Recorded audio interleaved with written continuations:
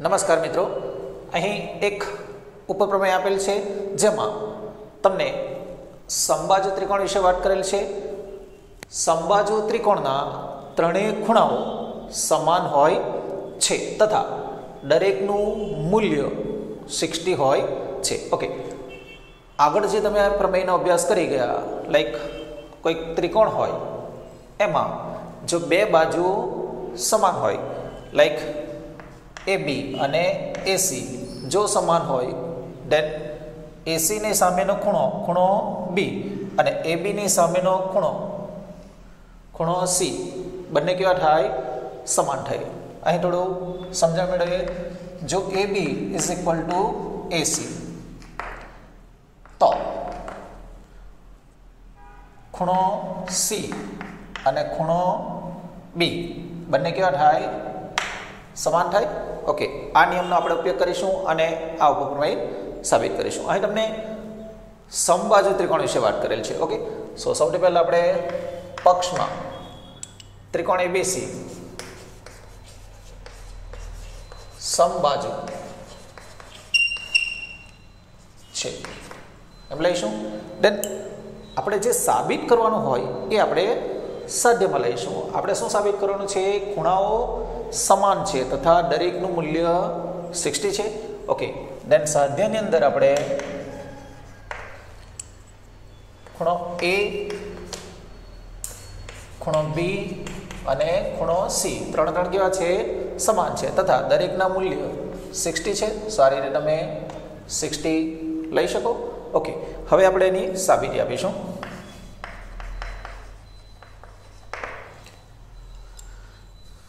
અહીં તમને જે પક્ષમાં આપેલ જે વિધાન છે ઓર ત્રિકોણ ABC કેવો છે? સમબાજુ છે.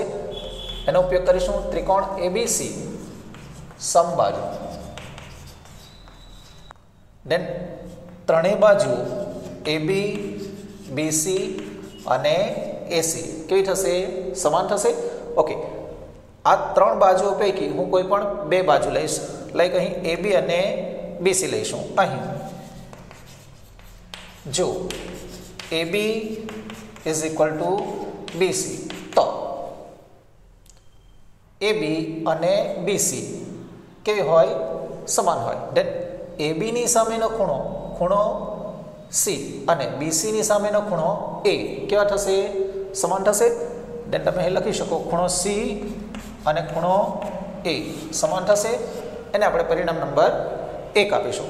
હવે પાછળની જે બે બાજુઓ છે એનો ઉપયોગ કરીશું. એ જ રીતે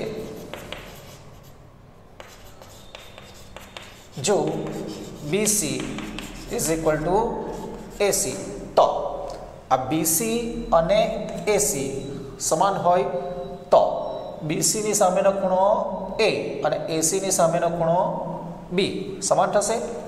દેન A અને B બંને સમાન થઈ જશે. ઓકે, અહીં પરિણામ નંબર 1 અને પરિણામ નંબર 2 પર જો નજર કરીએ દેન તમને સમજાઈ જશે. ખૂણો C નું મૂલ્ય ખૂણા A ના મૂલ્ય જેટલું છે અને A નું મૂલ્ય B ના મૂલ્ય જેટલું છે. ઓકે, ઓર 1 અને 2 પરથી સમીકરણ 1 અને 2 પરથી ખૂણો C એ ખૂણો A જે છે એટલો છે અને A જે છે એ B જેટલો છે. દેન તમે A, B અને C ત્રણ સમાન લઈ શકો. ઓર ક્રમ પ્રમાણે લખવા હોય દેન A, B એન્ડ C ત્રણ કેવા થશે? સમાન થશે. હવે આપણે આગળ દરેકનું મૂલ્ય 60 છે એ પણ સાબિત કરવાનું છે. સો થોડું સાઈડ સ્ક્રીન પર લઈ જઈશું. A is equal two B is equal two C છે. હવે ત્રણ ખૂણા સમાન હોય, દરેકના મૂલ્ય આપણે x ધરી લઈશું. ઓકે, દેન ત્રિકોણના ત્રણેય ખૂણાનો સરવાળો 180 લઈશું. Therefore here A plus B plus C is equal to 180. Then x plus x is equal to 180. So 3x is equal to 180. Okay, then x is equal to 180 by 3, then x is equal to 60. x નું મૂલ્ય તમને 60 મળી જાય છે, જે તમે ત્રણેય ખૂણાના મૂલ્ય લીધા હતા. ઓકે, સો તમે લઈ શકો a is equal to b is equal to c is equal to 60. બરાબર છે.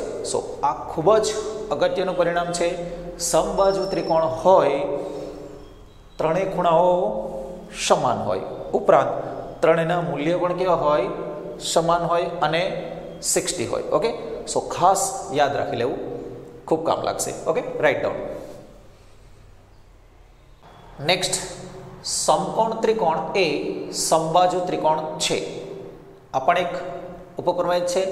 અગાઉ આપણે જે પ્રમેય જોઈ ગયા એની અંદર શું હતું? સમબાજુ ત્રિકોણ એ સમકોણ ત્રિકોણ છે, ઓર સમબાજુ હોય દેન ત્રણેય ખૂણા સમાન થાય અને ત્રણેયના મૂલ્ય 60 જેટલા થાય.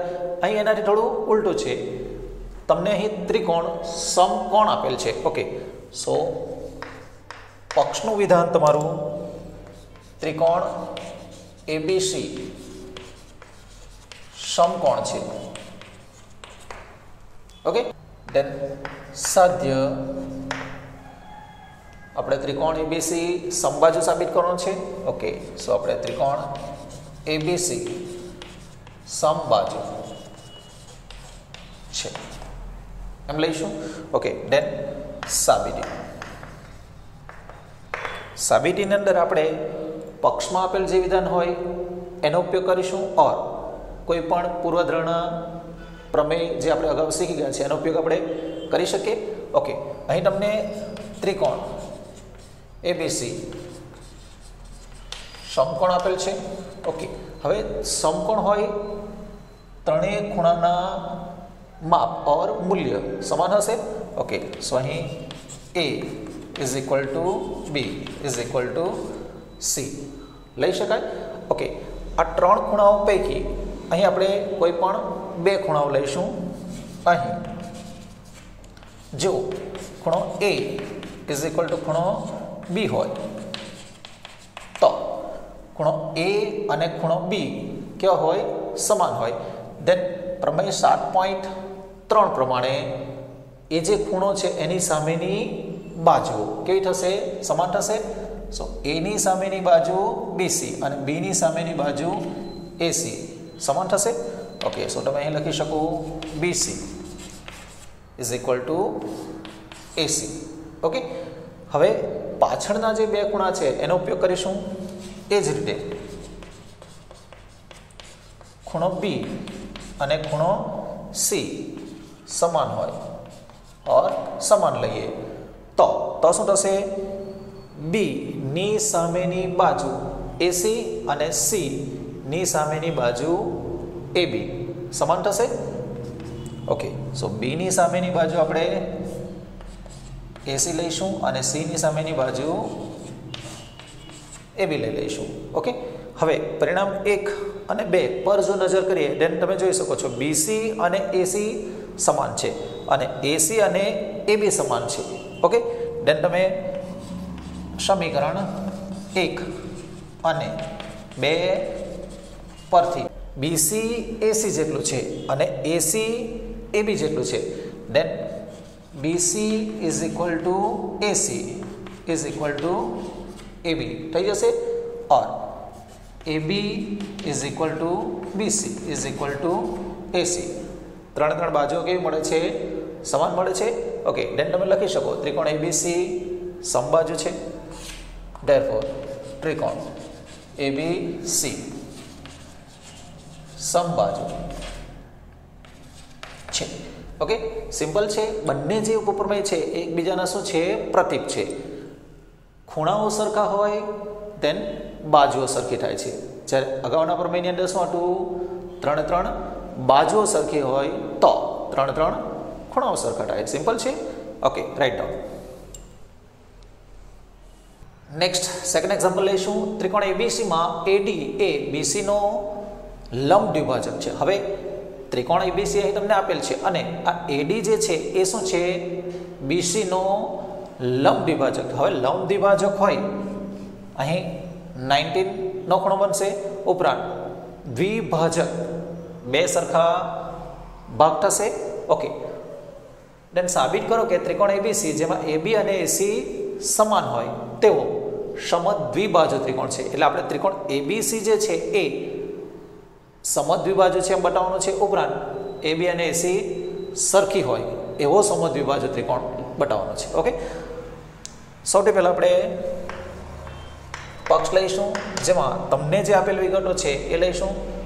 ત્રિકોણ એબીસી માં એડી એ બીસી નો લંબ દ્વિભાજક. ઓકે, હવે લંબ દ્વિભાજક હોય અહીં તમારે લખવું હોય લખી શકો ખૂણો એ ડી સી બરાબર એ ડી બી, એ ડી સી અને એ ડી બી બંને 90 થશે. ઓકે, ઉપરાંત બે બાજુઓ સીડી અને બીડી કેવી થશે? બીડી ઇઝ ઇક્વલ ટુ સીડી સમાન થશે. ઓકે, દેન સાધ્ય લઈ લઈશું. સાધ્યની અંદર ત્રિકોણ એબીસી માં એબી બરાબર એસી હોય તેવો સમદ્વિબાજુ ત્રિકોણ છે. જે સાબિત કરવાનું હોય એ આપણે સાધ્યની અંદર લઈએ છીએ. ઓકે, દેન સાબિતી લઈશું. સાબિતી માટે આપણે તમને જે પક્ષમાં આપેલી વિગતો છે એનો ઉપયોગ કરી શકીએ, અગાઉ જે પૂર્વધારણાઓ શીખી ગયા છે એનો પણ ઉપયોગ કરી શકીએ. અહીં તમે જોઈ શકો છો તમારી પાસે બે ત્રિકોણ છે. લાઈક અહીં હું છૂટા કરી લઉં છું.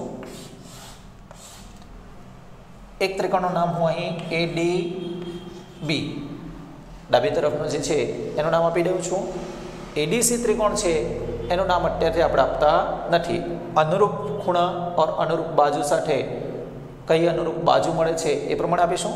દેન તમે જોઈ શકો છો ખૂણો ડી છે, ખૂણો ડી છે એટલે કે એ ડી બી છે અને એ ડી સી છે, બંનેમાં કેવા છે?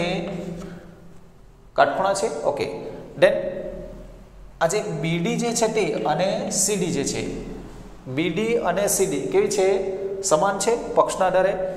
બીડી અને સીડી સમાન છે. ઓકે, એક ખૂણો અને એક બાજુ મળે છે. આ સિવાય કોઈક બાજુ ઓર ખૂણો બંનેમાં સમાન હોય એના માટે વિચારીશું. દેન તમે જોઈ શકો છો આ એડી બાજુ જે છે એ ત્રિકોણ એડીસી અને એડી બી બંનેમાં મળે છે. ઓકે, સો એડી જે છે એને અનુરૂપ આપણે એડી લઈ લઈશું. દેન તમને બાજુ, ખૂણો અને બાજુ મળી જાય છે. સો આપણે સૌથી પહેલાં ત્રિકોણ એ ડી બી અને ત્રિકોણ એ ડી સી માટે શરત આપણે બા ખૂ બા નક્કી કરી છે. દેન બાજુ લખીશું, ખૂણો લખીશું અને પછી બાજુ લખીશું.